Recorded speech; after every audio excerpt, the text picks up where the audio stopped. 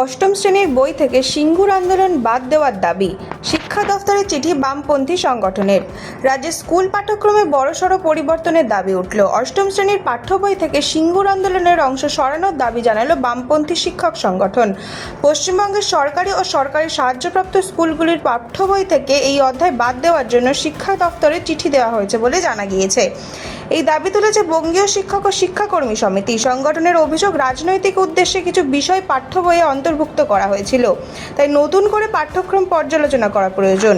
শুধু সিঙ্গুর আন্দোলন বাদ দেওয়ার দাবি নয়, তৃণমূল আমলে চালু হওয়া তরুণের স্বপ্ন প্রকল্প বাতিলের দাবিও জানিয়েছে সংগঠনটি।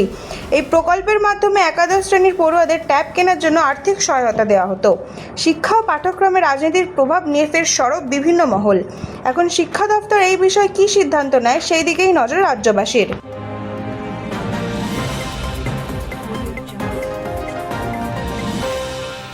সোনার উপর আমদানি শুল্কে বড় ধাক্কা, এক লাফে বেড়ে 15%। দেশে সোনার উপর দাম আরও বাড়ার আশঙ্কা। সোনার উপর আমদানি শুল্ক বাড়ানো হলো 2.5 গুণ। এতদিন যেখানে সোনার উপর আমদানি শুল্ক ছিল 5%, তা বাড়িয়ে করা হয়েছে 10%। পাশাপাশি শেষ 1% থেকে বাড়িয়ে 5% করা হয়েছে।